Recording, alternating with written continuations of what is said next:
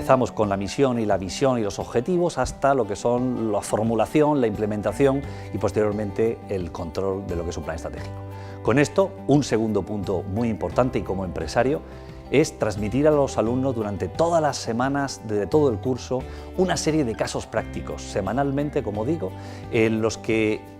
se analiza y se pone en práctica todos los conocimientos aprendidos durante las sesiones. Casos prácticos actuales, reales de empresa, en las que el alumno empieza a familiarizarse en su toma de decisión empresarial, y en la que es un elemento tremendamente participativo, donde se genera un debate durante todo el curso muy